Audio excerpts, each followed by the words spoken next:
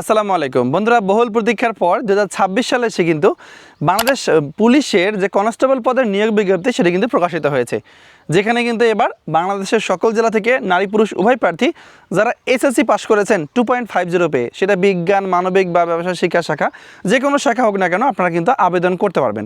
So এর আবেদন শুরু কবে, শেষ কবে, কীভাবে আবেদনটি করতে হবে, আবেদন করতে ঠিক আপনার কত টাকা খরচ হবে, সব কিছু কিন্তু আমি এই ভিডিওতে আলোচনা করব। আশা করি আপনারা ধৈর্য সহকারে সম্পূর্ণ ভিডিওটা দেখবেন। সো মূল ভিডিও আলোচনা করার পূর্বে আপনারা যারা বাংলাদেশ পুলিশের কনস্টেবল নিয়োগের জন্য 2026 সালের জন্য ভালো প্রিপারেশন নিতে যাচ্ছেন লিখিত এবং ভাইভা পরীক্ষার জন্য, দেখতে পাচ্ছেন আমাদের কাছে বাংলাদেশ পুলিশের কনস্টেবল নিয়োগের জন্য আপডেট চূড়ান্ত সাজেশন আছে।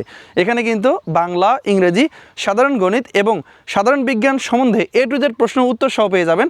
এবং এখানে কিন্তু বিশেষ করে 2025 সালে যে 2 ধাপে নিয়োগ বিজ্ঞপ্তি প্রকাশিত হয়েছিল, সেই নিয়োগ বিজ্ঞপ্তির প্রশ্নও কিন্তু এখানে দেওয়া আছে লিখিত পরীক্ষার।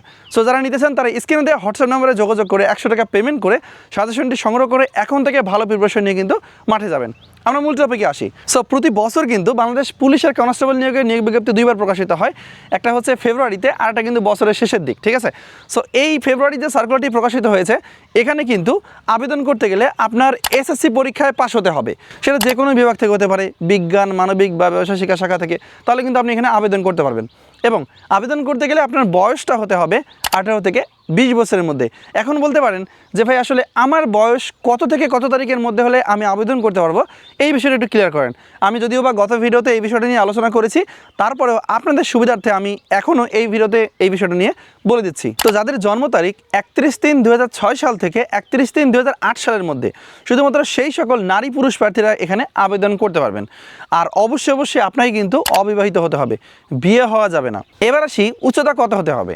যারা পুরুষ প্রার্থী তাদের জন্য উচ্চতা হচ্ছে 5 ফুট 6 ইঞ্চি, এবং যারা নারী প্রার্থী তাদের ক্ষেত্রে উচ্চতা হচ্ছে 5 ফুট 4 ইঞ্চি, এবং বুকের মাপ স্বাভাবিক অবস্থায় পুরুষ প্রার্থী হচ্ছে 31 ইঞ্চি, এবং বুক ভরা শ্বাস নেওয়া অবস্থায়, মানে এই যে আমি বুক ভরা শ্বাস নিলাম এরকম অবস্থায় হতে হবে 33 ইঞ্চি। আর নারী প্রার্থীর ক্ষেত্রে কিন্তু এই বুকের মাপটা দেওয়া হয়নি, কম বেশি হতে পারে। আর চোখের দৃষ্টিশক্তি অবশ্যই 6/6 হতে হবে। এবার আসি আবেদন পদ্ধতি। সো প্রাথমিক ধাপে আপনারা স্ক্রিনে আমরা দেখতে পাচ্ছেন police.teletor.com.bd, এই ওয়েবসাইটে প্রবেশ করে কিন্তু আপনাকে আপনার যে প্রাথমিক আবেদন সেটা কিন্তু করতে হবে। আর প্রাথমিক আবেদন গ্রহণ চলবে 5 মার্চ থেকে শুরু হবে, যা কিনা চলবে 31শে মার্চ 2026 তারিখ রাত 12টা পর্যন্ত। সো এই সময়ের মধ্যে কিন্তু আপনাকে আবেদন করতে হবে। আর প্রাথমিক আবেদন ফি হচ্ছে 45 টাকা, শুধুমাত্র টেলিটক্সের মাধ্যমে জমা করতে হবে। আর আপনারা যারা আমাদের মাধ্যমে নির্ভুলভাবে আবেদন করে নিতে চান, তারা স্ক্রিনে দেওয়া হোয়াটসঅ্যাপ নম্বরে যোগাযোগ করে প্রয়োজনীয় ডকুমেন্ট দিয়ে প্রয়োজনীয় ব্যালেন্স দিলে আমরা আপনাদের আবেদনটা করিয়ে দেবো নির্ভুলভাবে। আরেকটা বিষয় বলবো, আপনারা যারা বাংলাদেশ পুলিশের কনস্টেবল নিয়োগের যে নিয়োগ বিজ্ঞপ্তি এটা যারা পেতে চান, তারা জাস্ট এই ভিডিওটার নিচে শুধুমাত্র ফেসবুকে গিয়ে কমেন্ট করবেন যে বিডি পুলিশ 2026, জাস্ট এটা লিখে আপনারা কমেন্ট করবেন ফেসবুকে আমাদের ভিডিওতে। আপনার কাছে অটোমেটিকলি কিন্তু এই পিডিএফ ফাইলের লিঙ্কটা আপনার মেসেঞ্জারে চলে যাবে। যারা নিতে চান দ্রুত কমেন্ট করে ফেলেন। আবেদন করার পর কিন্তু আপনাকে এই 45 টাকা অবশ্যই জমা করতে হবে, শুধুমাত্র টেলিটক প্রিপেড সিমের মাধ্যমে। যদি জমা না করেন সেক্ষেত্রে কী হবে সেটা বলে দিই, আপনার আবেদনটা কিন্তু বাতিল হয়ে যাবে 72 ঘন্টা পর। সো আপনাকে অবশ্যই প্রাথমিক আবেদন করার পরে আপনাকে এই 45 টাকা টেলিটক প্রিপেড সিমের মাধ্যমে জমা করতে হবে। জমা করার পর কী হবে, এখন বলবেন যে ভাই আমার মাঠ কবে হবে, এই বিষয়টা একটু বলেন।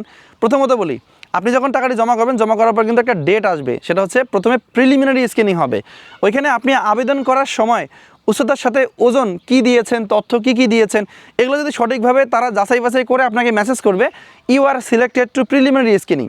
সো এরকম SMS যখন যাবে তখন কিন্তু আপনাকে এডমিট কার্ড ডাউনলোড করতে হবে। কিসের এডমিট কার্ড? এটা হচ্ছে মাঠ যখন করবেন আপনি, মাঠে যে ফিজিক্যাল টেস্টগুলো হবে, এই যে টেস্টগুলো হবে, এইগুলোর কিন্তু একটা আলাদা এডমিট কার্ড হয়। সো এই এডমিট কার্ডটা কিন্তু আপনি সিলেক্টেড হওয়ার পরে আপনার মেসেজ যখন পাবেন, সিলেক্টেড মেসেজ, তখন আপনি এটা ডাউনলোড করতে পারবেন। সো ওই এডমিট কার্ডটা দিয়ে কিন্তু আপনাকে মাঠের সকল কার্যক্রম করতে হবে লিখিত পরীক্ষা বাদে। সো মাঠে কী হয় সেটা একটু আমি বলে দিই। মাঠে কিন্তু এখানে দেওয়া আছে যে দৌড়, push up, long jump, high jump, dragging এবং রোপ ক্লাইম্বিং, এই কয়েকটা ইভেন্ট কিন্তু হয়, ঠিক আছে। এই কয়েকটা ইভেন্টে অবশ্যই আপনাকে ভালো প্রস্তুতি নিয়ে যেতে হবে, যাতে আপনি সক্ষম হন এই কয়েকটা ইভেন্ট সফলভাবে পাস করার জন্য। যখন আপনি এই কয়েকটা ইভেন্ট পার করবেন তখন কিন্তু আপনাকে লিখিত পরীক্ষার টাকা জমা দিতে হবে। সো লিখিত পরীক্ষার টাকা এখানে দেওয়া আছে 56 টাকা, টেলিটক প্রিপেড সিমের মাধ্যমে জমা করতে হবে, সেটা পরের ধাপ। এই বিষয়ে যদি কারো ভিডিও প্রয়োজন পড়ে তাহলে অবশ্যই আমাকে কমেন্টে জানাবেন। আর যে বিষয়টাতে সবচেয়ে বেশি বাদ পড়ে সেটা হচ্ছে উচ্চতার সাথে আপনি যদি ওজন ঠিকভাবে মিল করে না দেন অনলাইনের মাধ্যমে, তখন কিন্তু আপনাকে অটো বাদ দেওয়া হবে। সো যারা উচ্চতার সাথে ওজন মিল করার জন্য চাচ্ছেন যে কত উচ্চতা হলে কত ওজন দিতে হবে, এরকম যদি কারো ভিডিও প্রয়োজন পড়ে তাহলে অবশ্যই কমেন্ট করে জানাবেন। আমি পরবর্তীতে এই বিষয়টা নিয়ে আলাদা করে একটা ভিডিও তৈরি করার চেষ্টা করব।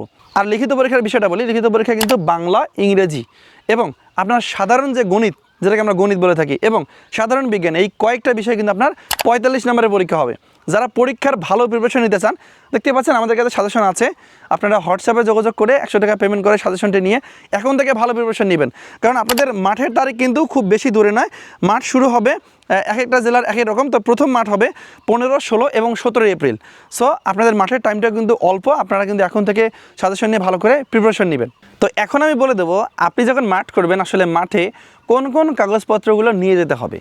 তো প্রথমে আপনি যখন আবেদন করবেন, আবেদন করার পর কিন্তু আপনাকে SMS যখন করা হবে যে ইউ আর সিলেক্টেড, এরকম যখন SMS করা হবে, তখন কিন্তু আপনাকে admit card for physical endurance test, মানে শারীরিক সক্ষমতা যাচাইয়ের জন্য যে এডমিট কার্ড, সেটা কিন্তু আপনাকে মূল কপি নিয়ে যেতে হবে, 2 কপি, কালার কপি অবশ্যই।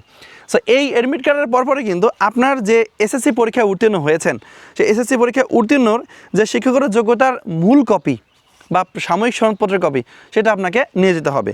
এরপর নিয়ে যেতে হবে সর্বশেষ শিক্ষা প্রতিষ্ঠান প্রদান কর্তৃক আপনার 4টি সনদপত্রের মূল কপি। এখন আপনি বলবেন যে ভাইয়া আমার সর্বশেষ শিক্ষা প্রতিষ্ঠান কোনটা? যদি আপনি SSC পরীক্ষায় উত্তীর্ণ হয়ে থাকেন এবং আপনি যদি কলেজ বর্তমানে পড়তেছেন, ইন্টার পড়তেছেন, তাহলে আপনার সর্বশেষ শিক্ষা প্রতিষ্ঠান হবে স্কুল। আর যদি আপনি HSC পরীক্ষা দিয়ে থাকেন বা আপনি অনার্সে পড়তেছেন বা ডিগ্রিতে পড়তেছেন, তাহলে কিন্তু আপনার সর্বশেষ শিক্ষা প্রতিষ্ঠান হবে আপনি যেখান থেকে ইন্টারমিডিয়েট পাস করছেন সেটা। সো আশা করি এই প্রশ্নটার উত্তরটা আপনারা বুঝতে পেরেছেন। এরপর আসি নাগরিকত্ব সনদ। নাগরিকত্ব সনদ কোথায় পাবেন? আপনার যে ইউনিয়ন পরিষদ আছে কিংবা সিটি কর্পোরেশন আছে, সেখান থেকে কিন্তু আপনাকে নাগরিকত্ব সনদের মূল কপিটা অবশ্যই সংগ্রহ করতে হবে। এরপর আসি অভিভাবক সম্মতিপত্র। এই অভিভাবক সম্মতিপত্রটা কি সেটা বলি। আপনি যে বাংলাদেশ পুলিশে যোগদান করতে চান বা পুলিশে চাকরি করতে চান, এতে আপনার অভিভাবকের মানে পিতা বা মাতার কোনো আপত্তি নাই, এরকম একটা অভিভাবক সম্মতিপত্র আছে। এই অভিভাবক সম্মতিপত্রতে কিন্তু অবশ্যই মূল কপি নিয়ে যেতে হবে। এবার প্রয়োজন পড়ে জাতীয় পরিচয়পত্র। সো আপনার বয়স যদি 18 হয়ে থাকে এবং আপনার যদি জাতীয় পরিচয়পত্র হয়ে থাকে, তাহলে মূল কপিটা অবশ্যই সাথে নিয়ে যেতে হবে। আর যদি আপনার জাতীয় পরিচয়পত্র না হয়ে থাকে, সেক্ষেত্রে বাবা বা মায়ের NID কার্ডের মূল কপি সাথে নিয়ে যেতে হবে। এরপর আসি ছবি। ছবি কিন্তু নিয়ে যেতে হবে 3 কপি পাসপোর্ট সাইজের রঙিন ছবি, অবশ্যই প্রথম শ্রেণীর গেজেটেড অফিসার কর্তৃক সত্যায়িত। অনেকেই বলতে পারেন এই প্রথম শ্রেণীর গেজেটেড অফিসার কারা?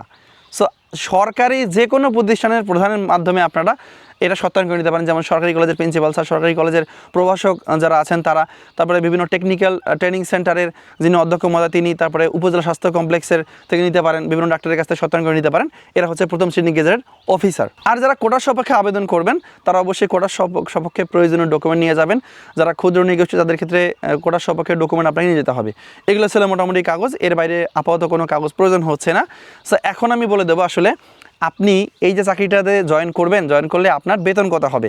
সো এখানে বেতন স্কেল নির্ধারণ করা হয়েছে 17 গ্রেডের, যেখানে 9,000 টাকা থেকে 21,800 টাকা বেতন দেওয়া হবে। এটা হচ্ছে বেতন স্কেল। এর বাইরে কিন্তু আপনি রেশন সুবিধা, অন্যান্য সুবিধা তো থাকবেই, এটা কিন্তু আপনারা এক্সট্রাভাবে পাবেন। এখন বলে দেবো আসলে আপনাদের মাঠ কোথায় হবে। অনেকে এই প্রশ্নটা করবেন আমি জানি, তারপর আপনাদের প্রশ্ন উত্তর দিয়ে দিচ্ছি। সেটা হচ্ছে আপনার মাঠ নিজ নিজ জেলা যে পুলিশ লাইন্স আছে, সেই নিজ নিজ জেলা পুলিশ লাইন্সে কিন্তু আপনার মাঠটা অনুষ্ঠিত হবে। সো আশা করি বিষয়টা বুঝতে পেরেছেন, অনেকের প্রশ্ন করতে পারেন। আর আপনাদের স্পেসিফিকভাবে জেলাভিত্তিক কিন্তু মাঠের তারিখগুলো আলাদা আলাদা। যদি কারো ভিডিও প্রয়োজন হয় তাহলে অবশ্যই আমাকে কমেন্ট করে জানাবেন, আমি পরবর্তীতে সেই বিষয়টা নিয়ে আলাদা করে একটা ভিডিও দেওয়ার চেষ্টা করব। তো বন্ধুরা, এই ছিল আজকের ভিডিও। ধন্যবাদ সবাইকে যারা সম্পূর্ণ ভিডিওটা দেখেছেন। সবাই ভালো থাকবেন, সুস্থ থাকবেন। আসসালামু আলাইকুম।